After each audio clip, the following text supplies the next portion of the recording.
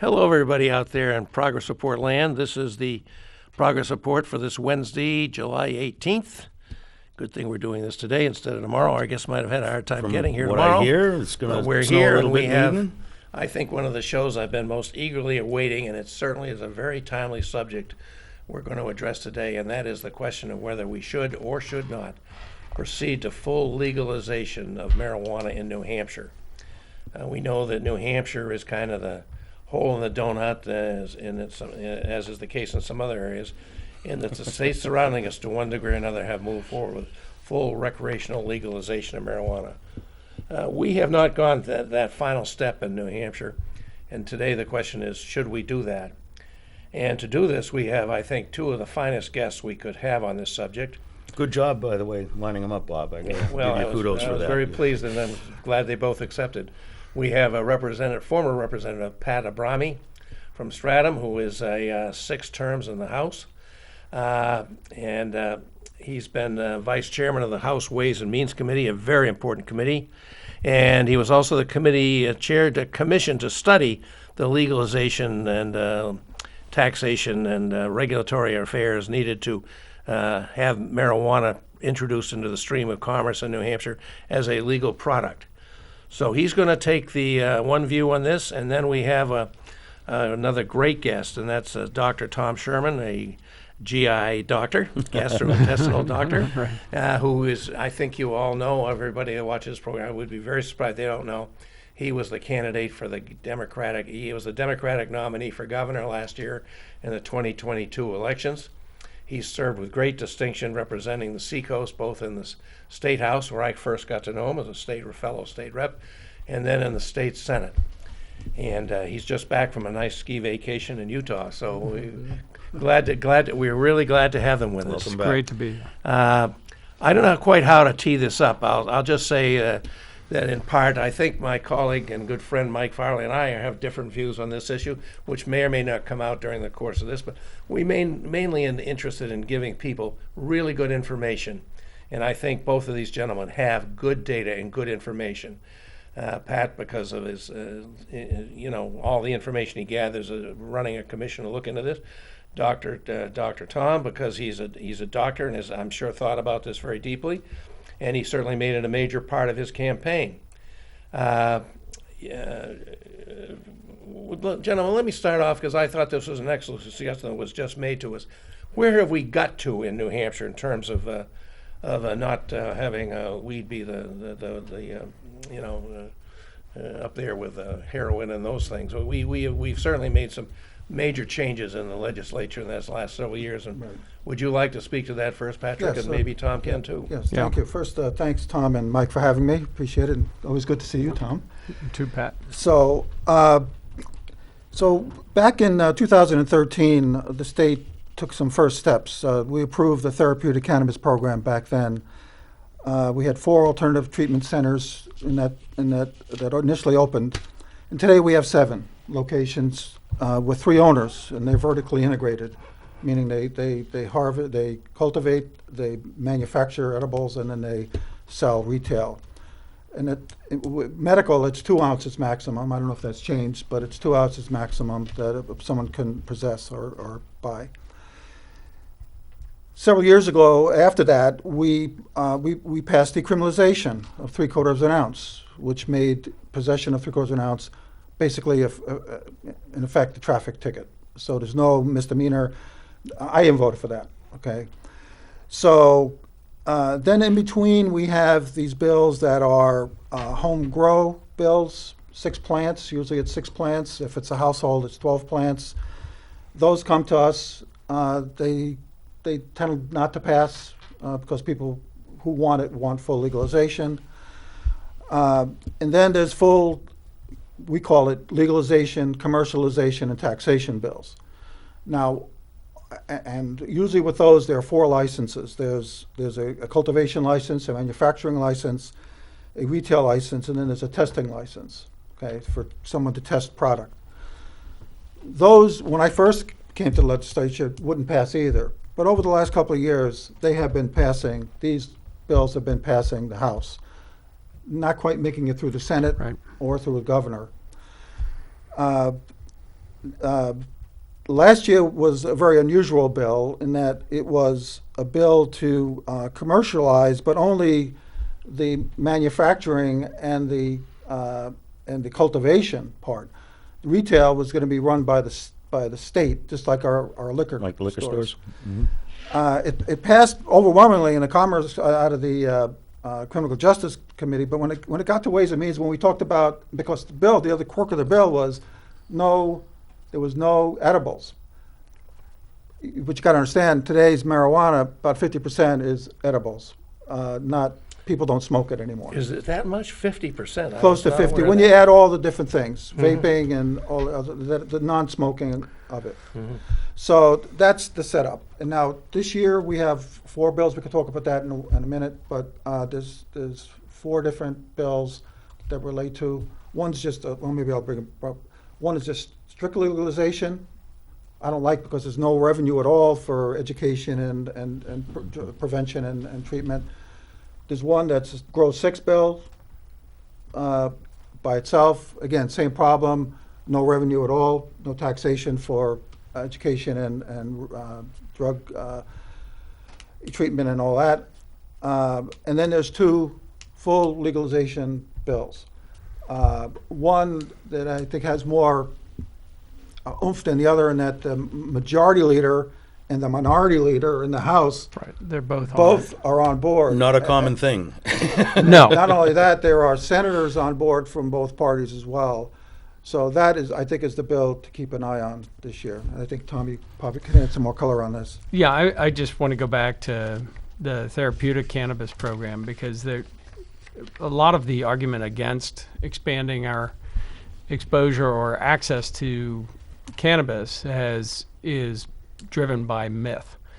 And one of the things that we can be very proud of is that in New Hampshire we do things incredibly well, and we're very careful. And we did that with the therapeutic cannabis program. I think it was Steve Smith or Schmidt who actually was the original prime sponsor of that, and I worked very closely with him. I was serving on House Health and Human Services. And we were really careful about how we launched it. We used Vermont as a model, but we became one of the strictest bills to be passing through the legislature. But the impact was enormous on patients. And in my own practice of gastroenterology, several of the diagnoses that qualified for that were ones that are in my purview as a gastroenterologist. So in my practice, I certified, now we don't prescribe, but I certified at least 10 patients. Virtually every single one was able to come off their opioids.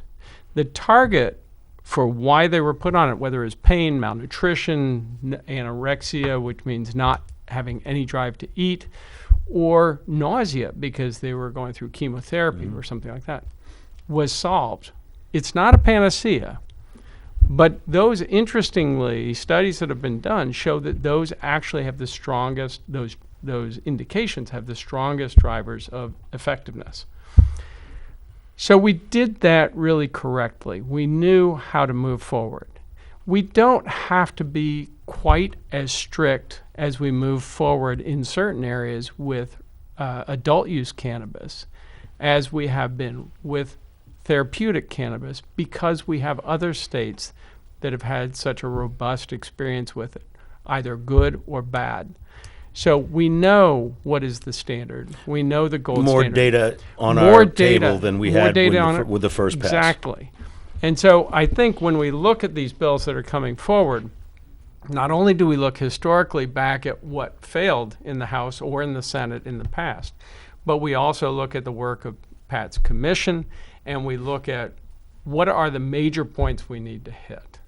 And that's where I'm excited about these bills moving forward. A lot of thought has gone into it. This is clearly not a partisan issue. This is an issue that we have to get right for the sake of not only the freedom of people to access cannabis as adults, but also to make sure it doesn't get in the wrong hands.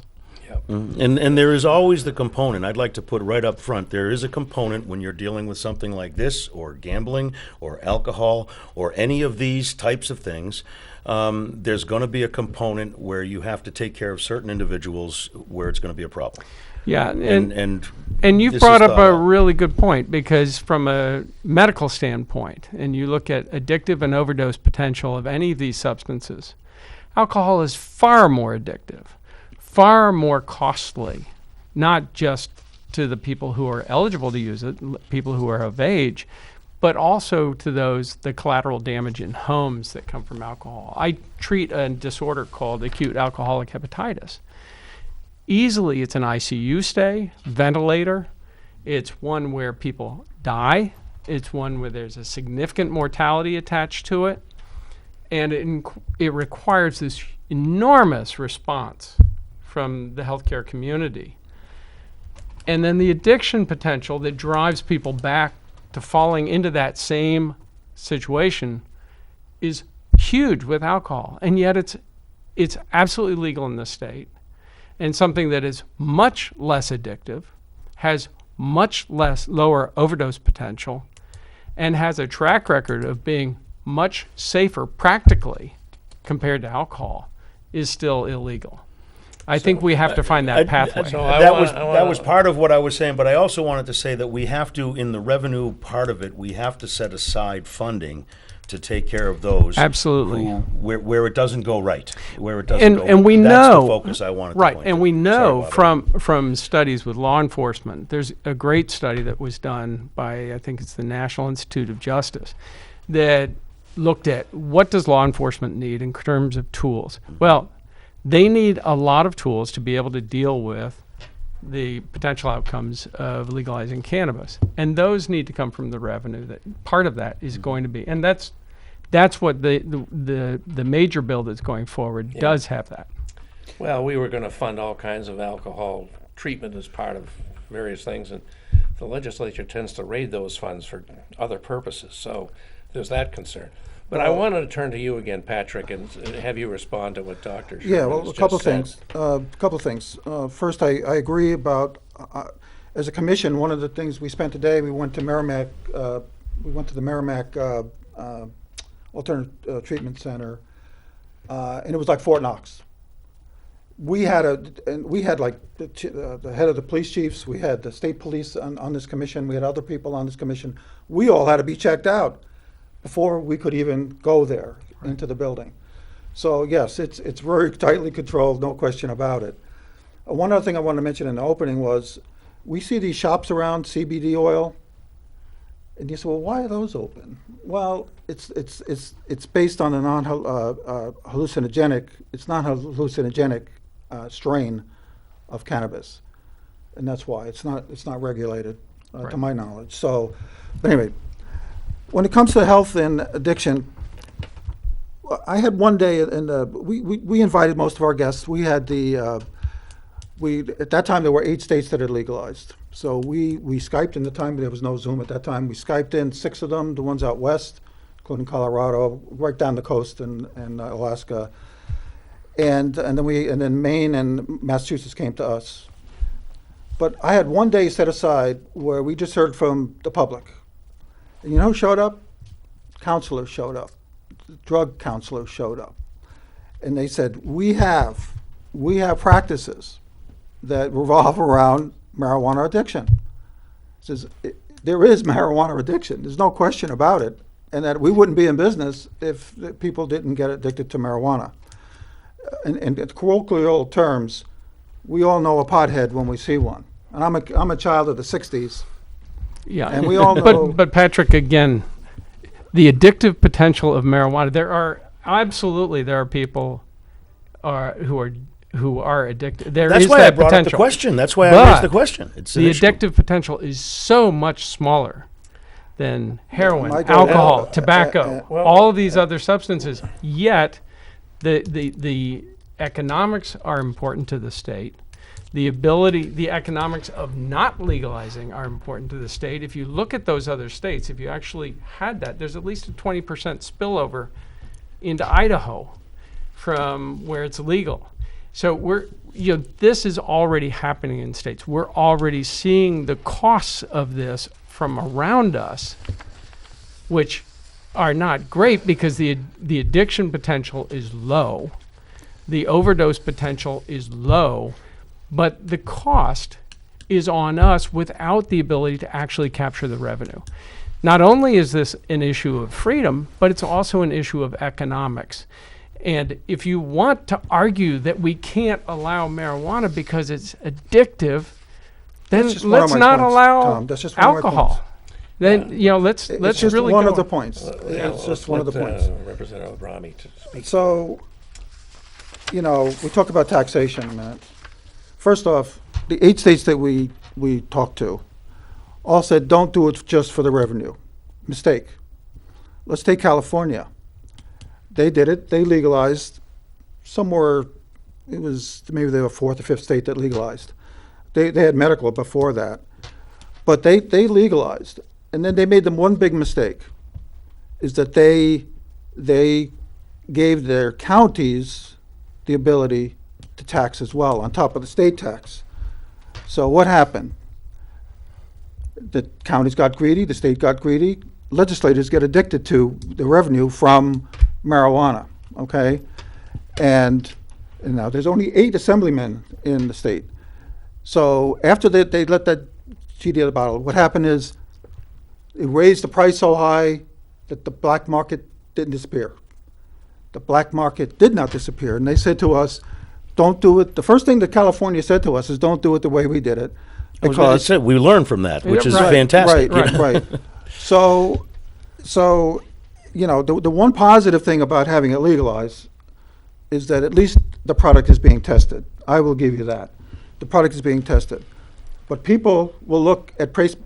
Sometimes they'll say, well, if this is $100 less than this product, I'm going to buy it from a guy in the street still. And that's what's going on in all these states. The black market hasn't gone away. Hasn't gone away. It hasn't gone away. I mean, we heard it directly from all of these states that it hasn't gone away. And it has to do with the pricing, and we got to be careful as a state. And in Ways and Means, I used to be very careful of saying, guys, we can't overtax us if we do this. Because if we do, as California said and others, Colorado, by the way, when they're first to legalize. Well, they were the first ones. They were the first ones. And the first 8 states, by the way, were done by referendum votes. Referendum votes. Votes of the people. They bypassed the legislatures.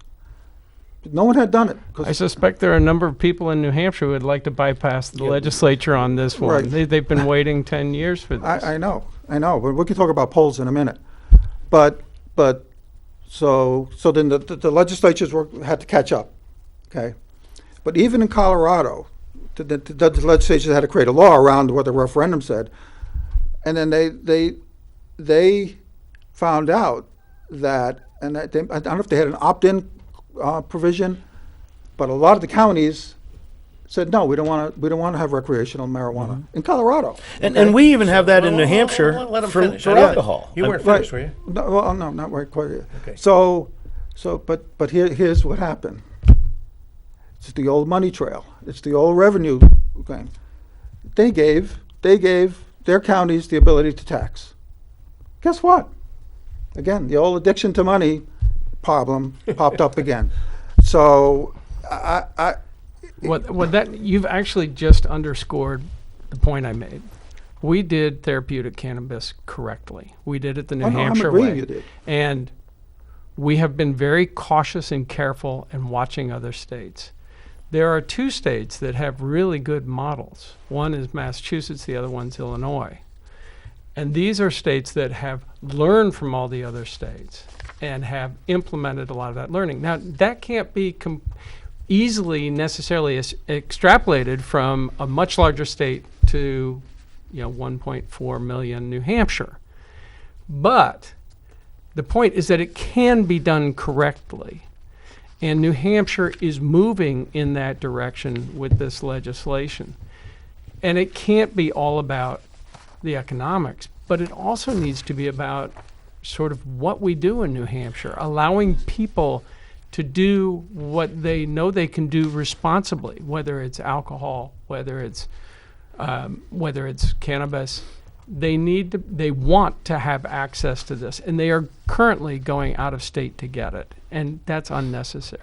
I wanted to make 2 points. One, I did want to point out, just for our viewers, people sometimes don't know this, but in New Hampshire, even alcohol's legal in New Hampshire, but towns can opt out. There are dry towns in New Hampshire. It's not mandatory, and I presume that in this bill, there's some sort of a provision one way or the other. The more recent example is Keno.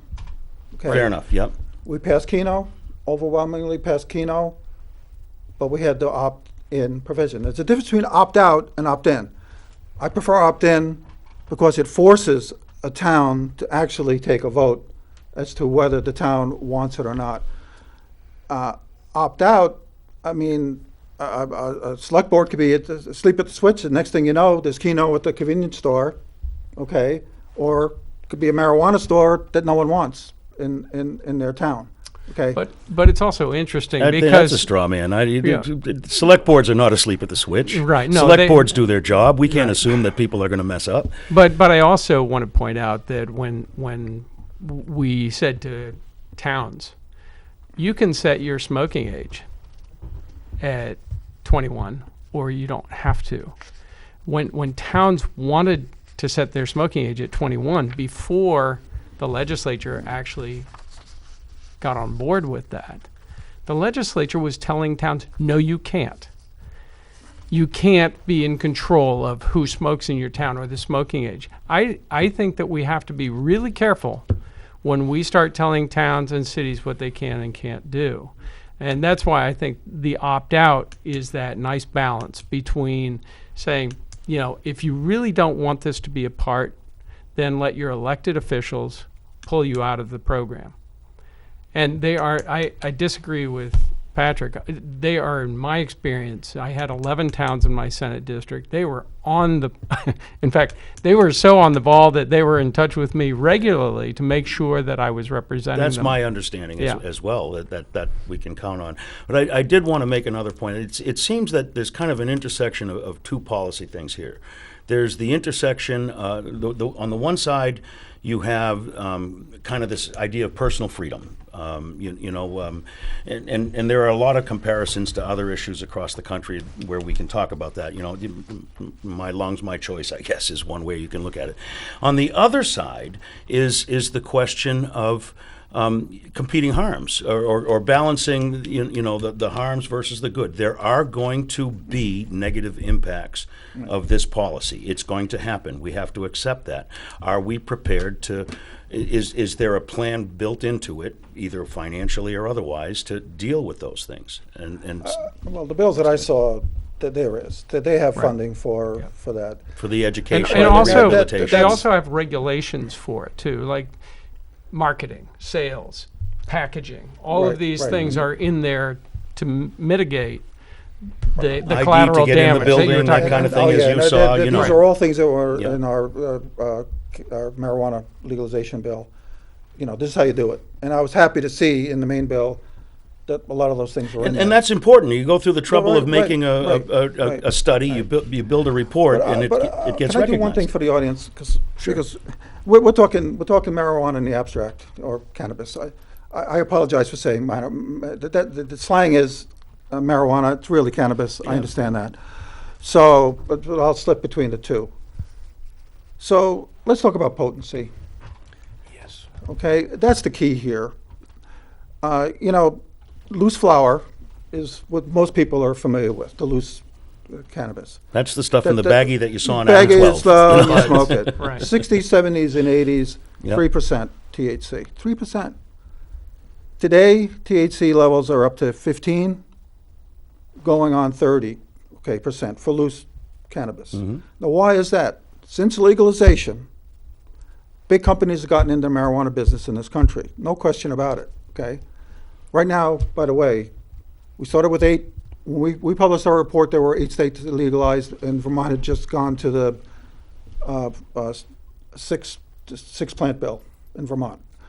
They are now full commercialization as well. So there's 20 states that are now fully legalized, with commercialization. And Maryland passed it. They're going to start in June, I think, of this year. So it's 21 states. Still not a majority of the states, by the way. We're that far behind. There's 29 states that have legalized, including us. So that's one point. In our region, we are very far behind, by the way. That's Just- right. But just to sometimes point that we out. don't have a sales tax for income tax too. So I mean that's great, you know. So anyway. I don't think that's really got the same kind of pressure, but that's okay. Oh yeah. We'll let it go by. You file an income tax bill, my friend. You get pressure. So Oh, no. I'm not Pressure saying for that. Pressure all for right. it. So, Well, I'm on board. but let me go to the other extreme. You know, it's concentrate. So they're able to extract, you know. Oh, by the way, let me finish my thought about what happened since legalization is that big companies involved, and they hire botanists that engineer the plants. No, To produce. hold on. I got to push back on this. No, that's true. Let him finish. I'll let you finish, but I want to. They an hire opportunity botanists. to You push want to back jump on in, this. but let him finish. They hire botanists that engineer the plants to produce higher rates of THC. Totally agreed. Here's the point I want to make. You used 3% from 1960, I think, and then you I jumped think many. you said you used it. No. Many decades. I know what it and you smells go like. to the Colorado legalization, and I believe you're trying to imply that 2000 all of the increase in the potency has happened since Colorado legalized. I dispute that. I am of the belief that during those decades that the black market was doing its thing and increasing its potency. I do But not it believe accelerated. that it You was know, the legalization. I can't argue made it that more point. potent. It's accelerated, there's no question. We learned the commission, we heard testimony about the big companies involved in botanists doing their thing.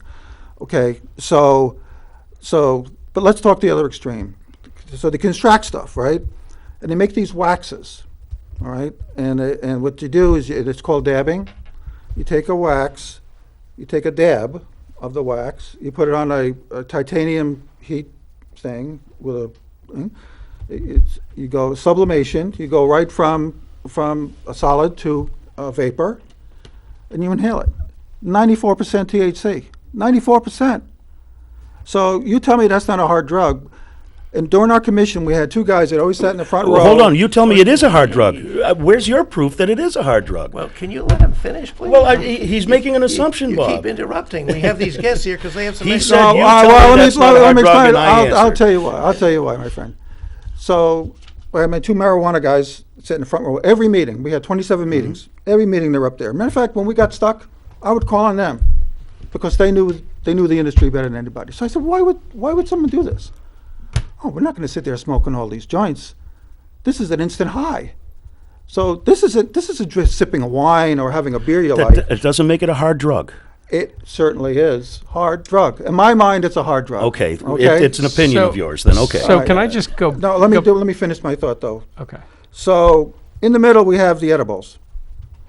Okay, and so that's also based on concentrates, infusing of candies, cookies, brownies. We all know about brownies and all of that.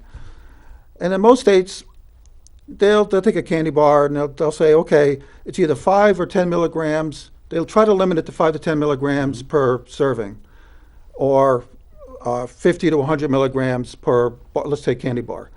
So it's a 5 milligrams in one square. That's 10 squares. That's 50 milligrams. The problem with that is you can't control that. You can't control what people consume. You can go buy as many candy bars as you want.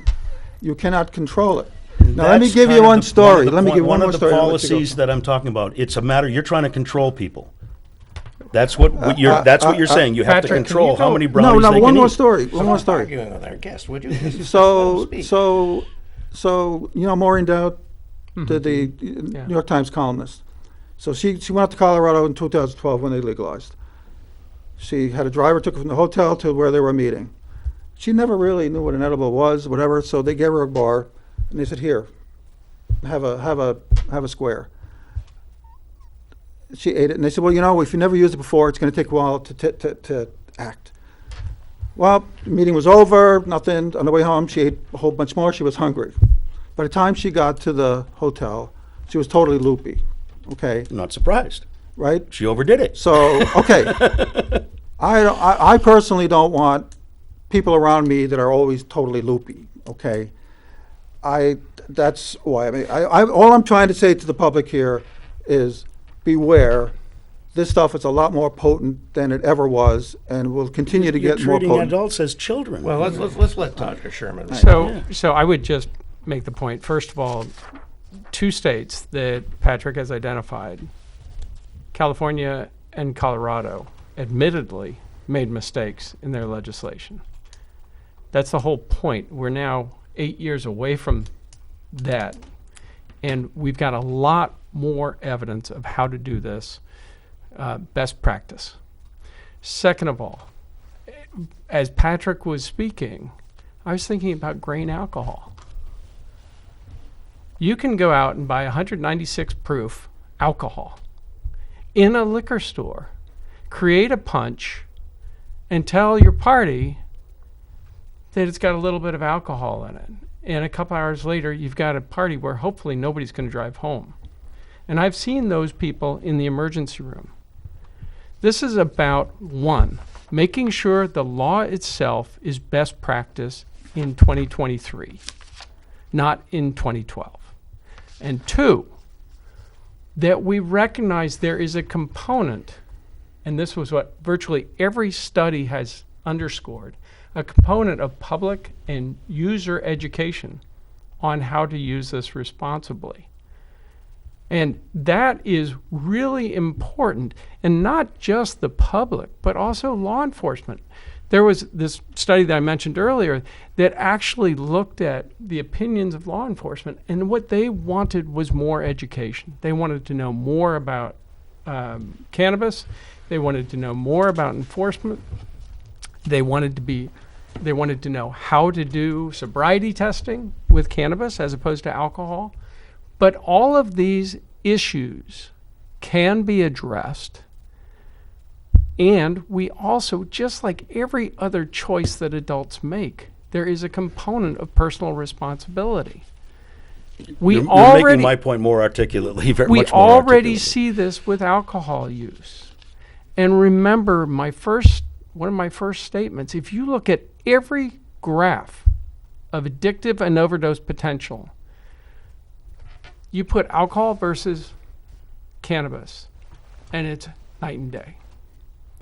So that doesn't mean we're not going to be smart about it. It doesn't mean we're not going to be ready. We're going to have the prevention. We're going to have the marketing regulation. But it does mean that right now in New Hampshire, adults go across the border and buy this stuff from every state around us, spend their dollars in those states, then come back here with the problems that Patrick has Whatever identified. problems they might have.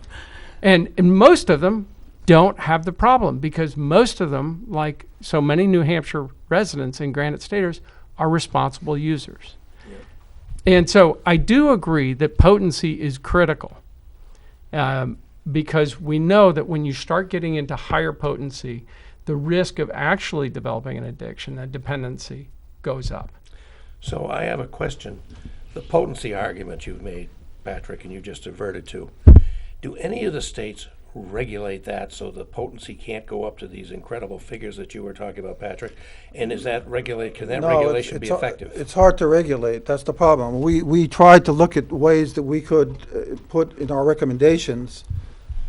How do we regulate how much of a candy bar you can eat, or how much of we found it impossible to do that.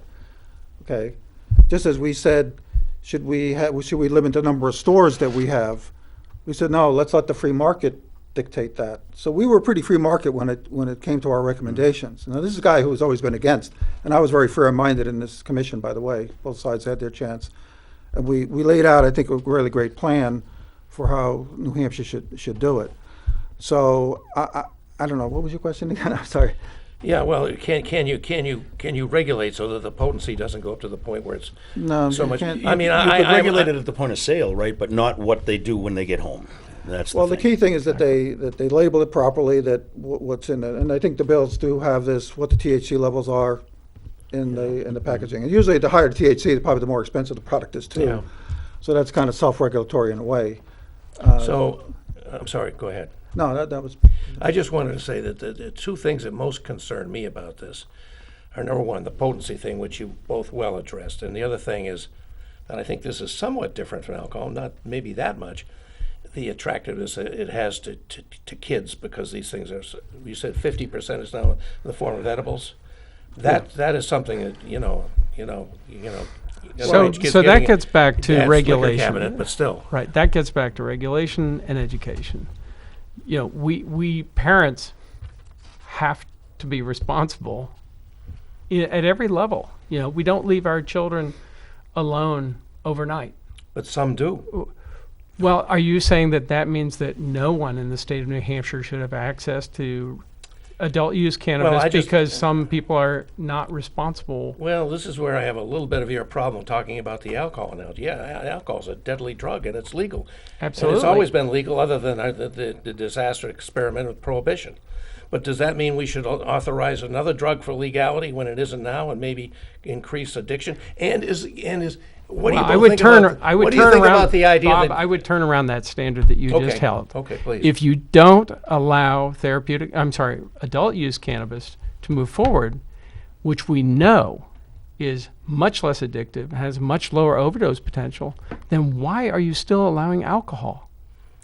Because or tobacco. Or tobacco. If you look at traffic accidents in that same study, traffic accidents were, it was 3 times more common to involve alcohol than either marijuana or marijuana plus alcohol. Yeah. So marijuana was a fifth of all of them. The person had detectable marijuana. And we also know that detectable marijuana in the bloodstream is not a valid reflection of how impaired somebody is. So the bottom line is that we have to be consistent here. If you are going to say that the only substance that adults are allowed to use in the state of New Hampshire is one that is highly addictive, highly toxic, has a risk to the entire family, then keep alcohol legal and don't legalize something that is a less toxic alternative. And I would point out that kids have been getting alcohol for a long They time. have, and they've been getting, kids have become, one of my closest friends who's a recovered alcoholic. He started at age 13, drinking one of his parents' drinks. So we know that this is an issue. We also know how to be careful. We know how to market. We know how to package. We know how to protect children, and we know how to be good parents. Okay. well, the problem with Patrick, that, right, would you like to respond? I got plenty to say, but when it comes to kids, first there was the Sunday. Now I wasn't even going to talk about edibles in children. I mean, there was a big issue in Colorado when they first legalized. That was one of the biggest problems they had, was all the kids were winding up in the ER because parents were irresponsible, leaving the cookies on the table and all of that. Since then, they've come a long way. They've packaged it right, child-proof containers and all that stuff. And I know in our recommendations we said labeling should be plain wrappers. It shouldn't be anything, no cartoons on there, anything that would attract children. But what's going on in the Sunday, New Hampshire Sunday News, the Union Leader Sunday paper, had a big expose on marijuana and effects on children. They pointed out that 2022 New England Poison Control Center handled 62 cases of New Hampshire residents sickened after exposure to cannabis. 19 involved children under 6. That was 62 for the entire. That wasn't just New Hampshire. I read it as New Hampshire. Nationally, Patrick, it's 7,000 in the last 5 years. Well, according to them, that was just published in Pediatrics in first week of January. Journal of 2020. Pediatrics, Right. they said there were 207 Right. So in 2017. That's risen to 3,034 in 2021, 15-fold increase. But And then they correlated. It's not. Yeah. We understand about correlations. I understand that. But they said that during that same period, there were 68.9 million Americans in 2017 that were in states that were legal, and there were now in 2021 there were 134.4 million Americans that are there. So I read that article. Right. I read the pediatrics article. So let me point out one. They don't know where there were 7,000 kids who were reported to poison control across the entire United States. They don't know which of those states had legalization or which didn't. That is an enormous flaw in this, because you don't know. Maybe it was a regional factor. Maybe it was a statewide factor. And the other thing that in this increase was COVID. And we know that kids were home during COVID so much more, even under the age of 6, which is what this study looked at. So to extrapolate, to say, okay, this means that kids are at high risk. Let's look at this. Across the entire country, it represents about 250 children over 5 years, that's 50 children a year, who had a problem that required an ICU admission. It's 50 children out of how many children in the United States? Come across a gun in the home and cause trouble. Or alcohol, or in those, I didn't pull that data, but I think we have to put this in the perspective and really get back to the issue. The issue is parental responsibility, personal responsibility for a substance that is not anywhere near as toxic as alcohol or addictive. And we have an economic driver behind this as well. And I think we in New Hampshire, the Granite State, can do this correctly, safely. We've shown that we can do this through our therapeutic cannabis program, and I think we can do it with adult use cannabis. Let me ask go into another area if you've got data on this, either of you. A lot of people consider cannabis, marijuana, to be a gateway drug. It can lead to addiction from other things, of opioid type addictions. What's the data show on that? Is that any part of your argument, Why don't you Patrick? go first? The problem with all these studies, and this is what we found in the commission, and I've actually all the states, the 8 states, told us the same thing. They said, for every pro article, you're going to find a against article on the same topic. I mean, it's all over the place. The other problem with research is that since it's still federally illegal, the amount of federal dollars going into marijuana research isn't as much as it really should be. It was actually blocked for many years. We're not allowed to do marijuana research. We can all agree that was or unfortunate. Cannabis research. Right. Yeah, so to answer your question, I served on the Joint Task Force when I was in the House on the heroin and opioid epidemic in New Hampshire. It came out of the crisis in 2015, which led into the year 2016, and really a completely bipartisan effort between the House, the Senate, the Republicans, the Democrats, Independents, and it really came out with some great legislation. But we spent a lot of time listening to people who were impacted by the epidemic. And one of the most important messages that I got from a young man who started in high school, 9th grade, was when he started, all he was looking for was cannabis. But when he went to his dealer, he had the entire menu. He had crack, he had meth, he had heroin. Anything he wanted, he could get. And that was the ladder he walked up. And then he was clean. So there's 2 issues right now in the state of New Hampshire. Number one, if you want to get marijuana in the state of New Hampshire and you don't have certification for therapeutic cannabis, you either go across the border or you buy from a dealer. That dealer may be, and the governor has said this, is that virtually every product that dealer may be selling is laced with something. Is it laced with cocaine? Is it laced with fentanyl? The goal of the dealer is to get you hooked on something. So putting fentanyl in other products, putting cocaine in other products is going to increase their business. So a well-regulated supply of adult use cannabis, unadulterated adult use cannabis is actually a benefit, and it pulls people away from the person who also has that. And in the early experience in Colorado, they actually saw a decrease in opioid overdose deaths. And that was one of the studies that came out. So it's not definitive, as Patrick said. These studies change as the science evolves, and hopefully we're going to get a lot more data. But it's pointing towards actually well-regulated a state-regulated product is going to be far safer, and also the point of contact is going to be safer. So Doesn't that require that the illegal trade stop once we legalize? No, it Aren't you requires assuming that people have a choice between going and getting it off the street where they don't know what they're getting, What or going and what getting if they're tight for money and and it's cheaper on the illegal side? Well, that's an argument not for not doing it. It's an argument for home grow, which has always been the argument in the therapeutic cannabis realm, because the dispensaries are expensive. And it's hard to grow I've never tried it, but I'm told in Health and Human Services, in the committees, in the Senate, in the House, that it's hard to grow well your own cannabis supply. But people who are motivated and can't afford, either on a therapeutic or adult use basis, it's an argument to bring down the cost by being able to grow your own in a limited way. Patrick? The issue, back to the kids again for a minute. The problem we got isn't necessarily a local issue. It's really a federal issue, in that what we got is companies out there that are selling over the internet.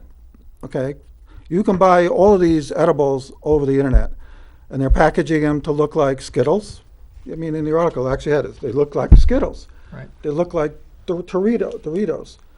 And they you are. know- They are now. Right. Now, some of the larger companies are pushing back trademark. Well, Mars actually sued an edible producer up in Canada successfully, and they're bringing it down to the United States because they looked like Skittles. And Right. Mars won that suit. Right.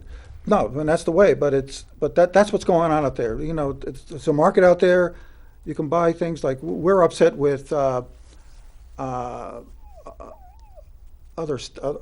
with certain and when it comes to gambling, certain things are going on online that we're not getting any revenue for, and I know the commission is pushing back on that, but we got to push back on all this illegal stuff that is the stuff that's really harming the kids, because they don't go with the things that we're talking about in terms of packaging and all that. They make it very attractive to kids. They want to sell to kids, and that's what they're doing. And that's also something we saw in the vape world. And I was going to talk about vaping too. Because one of the things that we learned so much from the influx of vaping, both on the internet but also in our own New Hampshire stores. And I think that we can take an awful lot of that experience and be a lot smarter when it comes to passing the appropriate bill. See, the thing I get concerned about is, I don't know, when you normalize something, kids look at that and they say, well, the state thinks it's okay, it must be safe, must be okay. You know, and that's the problem. I'm going to give you one study. Let me tell you, University of Washington, okay? They were the second state to legalize the same year as California, 2012.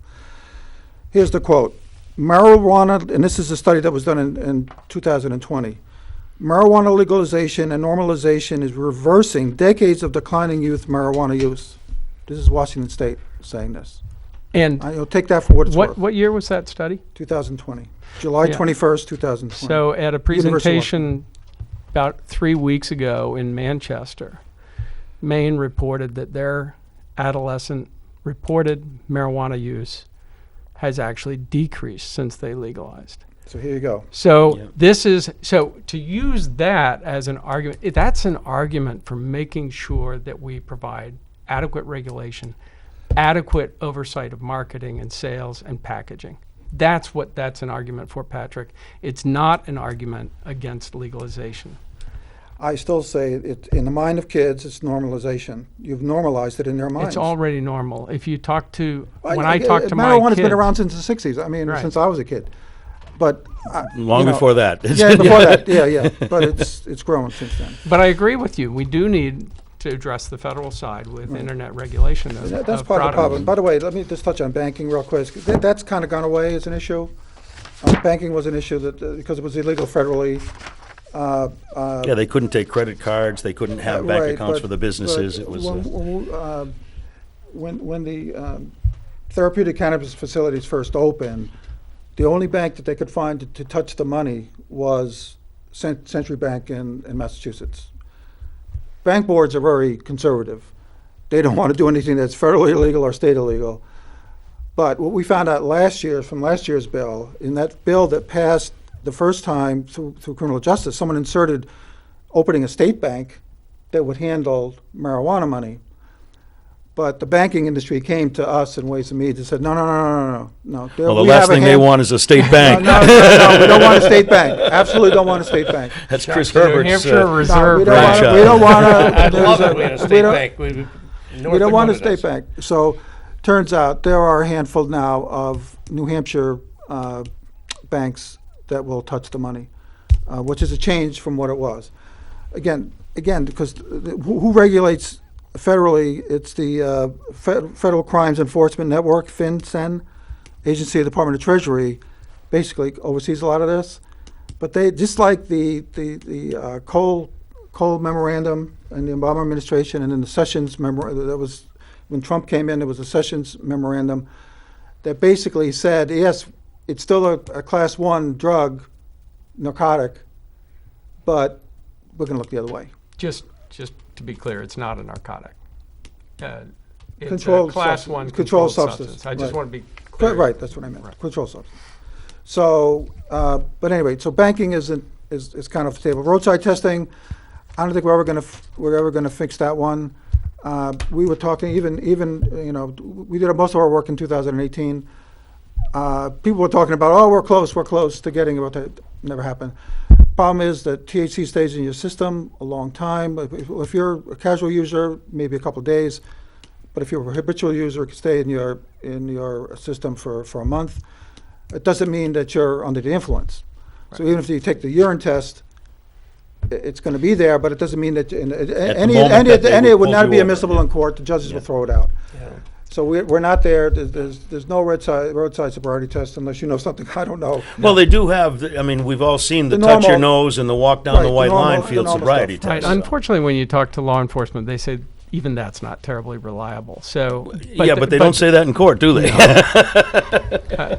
But I would just. I don't know how much time we have left, but we've got about 8 minutes. We have plenty of time to. But I think what we have to come back to is the details of the actual statute that's when it's passed, and hopefully the governor will sign it.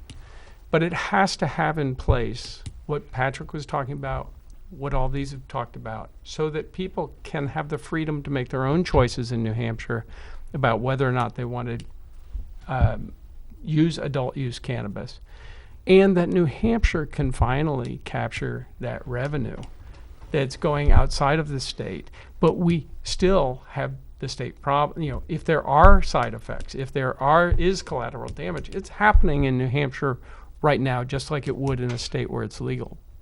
We're just missing the revenue. Speaking of the revenue, I know we talked about some of it going toward education, rehabilitation, treatment, that kind of thing. I understand that this bill, the primary, the largest amount of revenue would go to the state pension system. Is that? Am I misreading that, or did I? That is in the bill.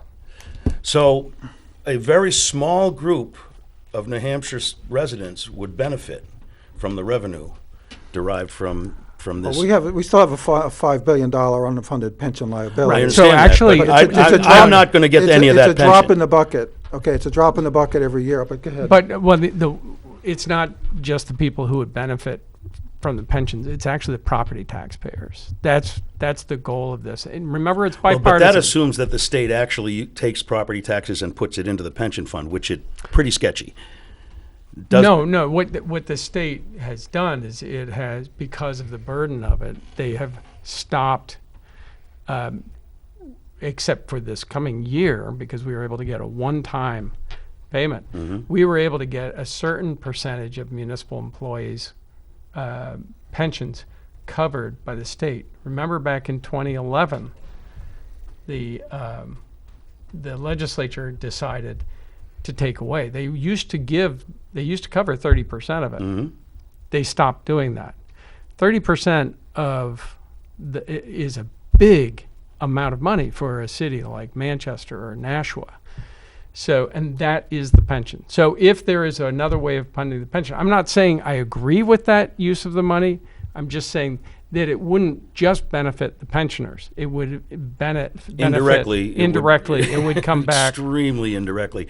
See, it seems to me that revenue such as this should be distributed throughout the state to all the municipalities and to all the citizens of the state of New Hampshire, and shouldn't only go to a very small and I would say elite group of people who still get a pension, which is not something that most of us have. Well, neither Patrick or I are going to have a whole lot of influence on Totally the vote. understood. But I'm talking to my state reps who may Alas, be for both of watching you, this. I'm sorry to say. No, that was I'm in favor, as you can probably tell, I'm in favor of taking the shackles off of this activity. But I did have a problem that the revenue was so limited. Well, and, I'm confident that the House and the Senate Ways and Means will look very carefully at where the revenue goes if they do. Well, I think they're sorry, go I think ahead. they're talking about if I read it correctly, a sales tax, equivalent to the sales tax. Not sales tax, room and meals tax. Right. I'm sorry. I was going to say, did you No, really no, say no. that? But it effectively is a sales tax. Whoa! But it's cover a the room and meals, That'll microphone. be in your room and meals tax. opposition's next campaign commercial, Patrick. No.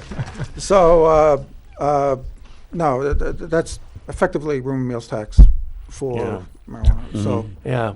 Well, we have just a few minutes left, gentlemen. This has been very informative. You're both very well informed, and I really appreciate that.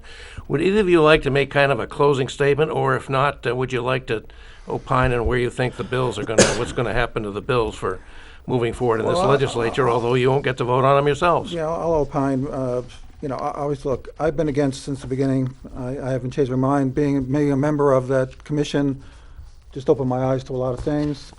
I was very fair on that commission. We produced a bill. We didn't take a position. We took a bill. We have 54 recommendations. A lot of them are now being adopted, which I'm happy about. And then we allowed, I could tell right away who the pro and the con in the commission was. And they each took a best shot at finding peer-reviewed papers that are in the report for people to give to the legislators to make their own minds up. And that was our position. Is this commission report available online? Yeah.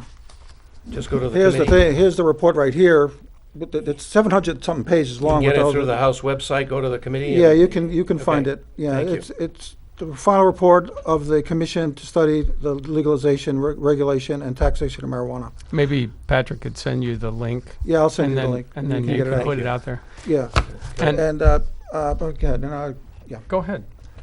I lost my train of thought. So go Okay. ahead. So fundamentally, I think that we have the capacity in the state of New Hampshire to do this correctly. We have many other states that have taught us what is best practice. We can implement that best practice. We can be far better than our surrounding states in how we regulate, how we market, how we allow this to move forward. I think the bill is a good first step.